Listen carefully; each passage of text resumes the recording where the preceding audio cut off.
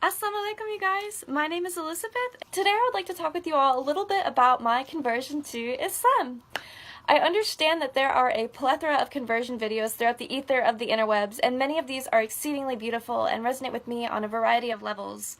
However, despite that, I realize that my story is not out there, and perhaps my story can help another fellow convert in his or her journey to Islam, or perhaps it can just help another in strengthening his or her deen. So I thought I would share a little bit about my experiences, and we'll see what comes next. So I guess I should start with talking to you all a little bit about my background and where I come from.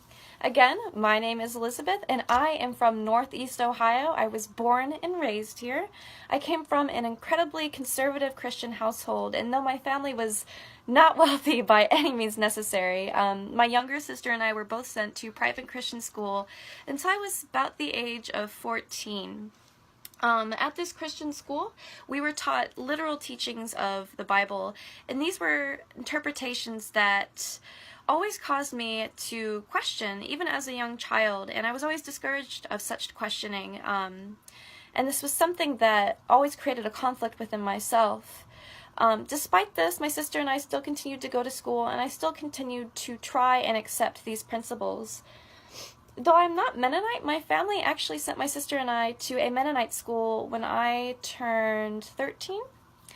And at this Mennonite school, my questioning grew and it grew, and I was feeling an absence in my life and a very big disconnect between myself and religion. And this disconnect, manifested itself in the form of self-harm. I developed a very severe eating disorder, and I would practice self-mutilation. It was a very struggling time for myself, and after months and months of dealing with this, my family decided to send me to public school, thinking that perhaps this would help. So I was sent to public school, and actually with this, I ended up losing a lot of my connection with religion. So I continued throughout my high school years, not really having a connect with religion, kind of just existing, like many other high school students, feeling lost and very separated and particularly othered by society. And it was a difficult time for me, especially, graduating and not being sure of what I wanted to do and where I was planning on going. I ended up getting accepted into the University of Akron, and I decided to major in English. And it wasn't until my junior year of college that I started questioning religion again. During Ramadan of 2016, I was gifted a phone that had access to social media. During this time, I wasn't practicing Islam yet, but it was just about the time when Ramadan was beginning, and I was looking at all of these Facebook posts, and I had access to articles that were being posted on the internet and Snapchat and Instagram, and I noticed how people were preparing to fast, and this confused me. Even though I grew up Christian, this concept of fasting wasn't really prevalent within our teachings. We had the idea of Lent, but we never really practiced it as strictly, and it wasn't done so in the same way as Ramadan. And so I started questioning. At the time, I was working as a student assistant in the physics department, and a lot of the graduate students in the department were either from Iran or Saudi Arabia. And one of the graduate students was preparing her fast, and so I decided that maybe I would ask her a few questions about it. And so I did, and I started questioning more and more and more. And so I befriended this graduate student, and then when it was time to start fasting for Ramadan, she started encouraging me to fast, and I was like, of course, like everyone else, like, oh no, I couldn't do that. I couldn't possibly fast. It seemed so inconceivable to me. But I started to do it anyway, and with her help and with her support, I fasted almost the entirety of Ramadan. With this, she started teaching me how to pray, and she was never forceful or very strict about it. She was just very kind and patient and open-minded with regard to my questions. And so before I knew it, I was attending the masjid every single day for Ramadan. I remember one evening during Ramadan, I decided to pray by myself. And so as I was praying and I went into sujood, I distinctly heard the words, "Be and it is." And it was like lightning, this definite noise just completely surrounded me, and it was like everything else around me didn't matter. It was just those words, "Be and it is." And after I was done praying, I was reading Quran, and I found that this is actually a verse that appears several times throughout the Quran. And I was completely shocked. I was like, oh my God. I've never had an experience like that ever before. Those words were so distinct, and they reverberated all around me, and they stayed with me, allowing for me to accept that present moment and to accept my awareness. It was a really beautiful moment. Over the course of a year, after Ramadan had passed, I learned more about Islam. I started praying 5 times a day, reading the Quran often. I started wearing hijab more often. And soon enough, I took my Shahada in May of 2017. And it certainly hasn't been an easy journey whatsoever, and I think that's something I would really like to emphasize within this video. A lot of people have told me is that your journey will become easier with time, and perhaps this is true of many people.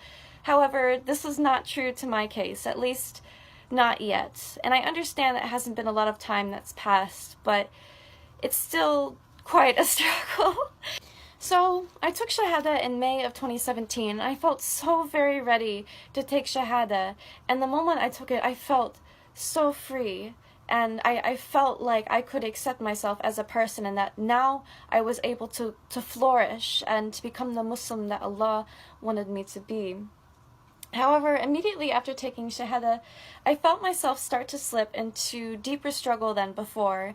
And what I mean by deeper struggle is I mean by deeper loneliness, deeper separation, and deeper otherness. I felt very, very othered, not only by, particular Muslims in the community that weren't as open to my converting, but people within the non-Muslim community as well. I received a lot of backlash from my conversion. Once I took Shahada, I felt this beautiful strike of lightning all around me, just like I had felt when I heard those words, be and it is. I felt like I could accept myself and to grow and to flourish and to do what I was meant to do. I felt like I had purpose. However, as some time passed, I felt very, very lonely, and I felt this suffocating darkness overwhelm me like it had once before. I felt myself very consumed by a severe lack of self-esteem and trust in myself. I felt like I couldn't trust myself, even though I could hear like Allah telling me to trust Him. It was like I was just so heartbroken by this separation and this loneliness that I was feeling. And soon enough, I began to fail in wearing hijab, reading Quran, even praying, and it was a very low time. And this was shortly after I'd taken Shahada, and it was so frustrating to me because so many people kept telling me, it's gonna get easier. It'll get easier. And I felt like some time had passed, and perhaps I was just impatient, but it was so incredibly anxiety-ridden, and I felt like I had not only failed myself, but I had failed my fellow Muslims and Allah. Through this, I began facing severe imposter syndrome, and I began to feel so shameful, particularly when I would wear hijab.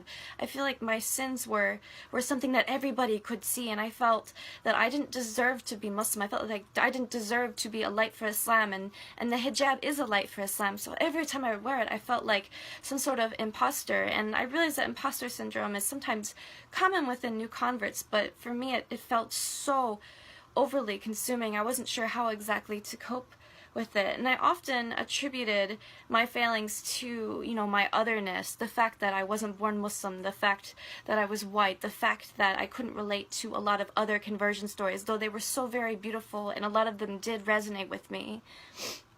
I felt like I had a lack of belonging.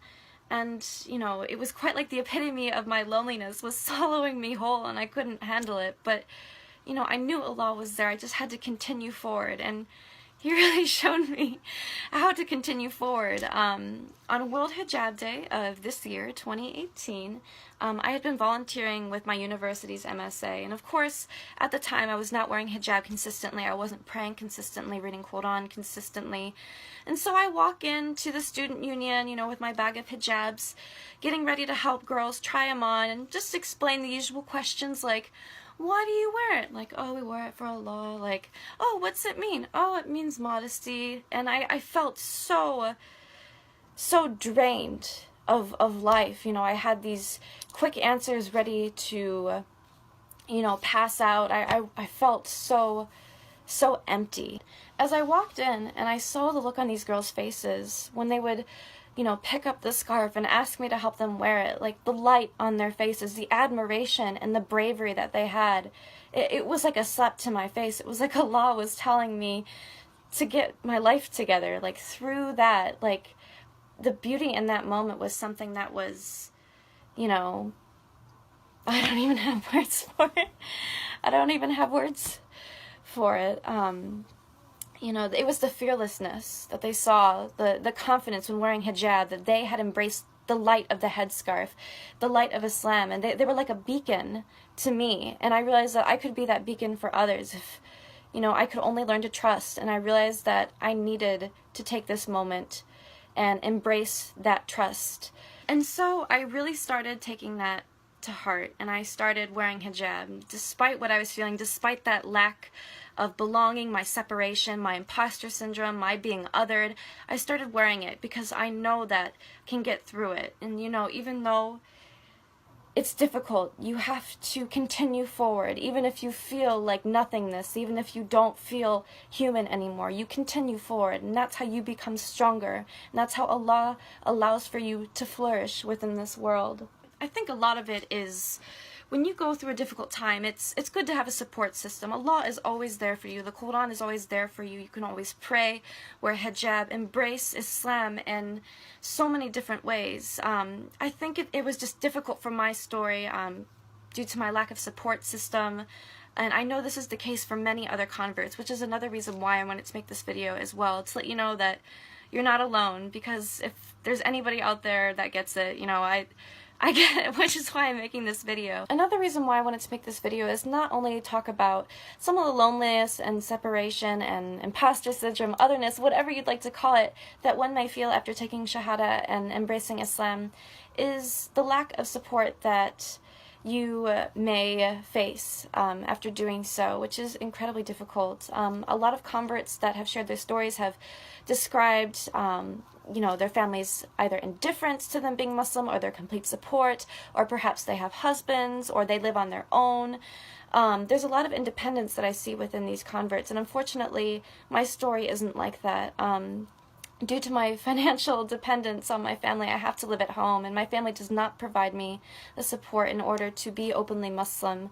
It's difficult to pray at home, to wear hijab at home, to bring the Quran out at home, even to talk about it freely, which is something that I think furthers that separation and that loneliness. And I think it's important to know that, you know, there are convert stories that aren't so happy, that have a lot of struggle with it. But through that struggle, you have to remind yourself to keep going and to be stronger because of that. And I think that's one of the other reasons why I wanted to make this video, is to remind whoever you are out there that are watching this that it's okay to struggle, and it's gonna suck. It's not going to feel good. But in the end, it will be better for you, because Allah has a plan for you, and this is how He wants you to be in order to be the best Muslim possible. Something else that I wanted to also point out is that it's okay to be othered. I know it doesn't feel very good, and I know that separation and loneliness that one may feel because of being othered is difficult, but Allah made us this way so that we may grow stronger. And I know this is a point I keep saying over and over and over again, but it's a wonderful reminder. And a particular verse that comes to mind when I think of being othered is in the Quran, Surah 49, verse 13. The Quran says, "O mankind, indeed we have created you from male and female, and made you peoples and tribes, that you may know one another. Indeed, the most noble of you in the sight of Allah is the most righteous of you." So it's okay to be different. Allah made you different for a reason, and don't forget that. So to end my rant, I would just like to say, struggle is okay. It allows for you to see your humanness, and this is a special vulnerability, because through this vulnerability, we gather strength, we gather courage. And through this, you realize that you are more capable than you perceive, and to never forget that. And in the end, whatever the end is, you're not alone.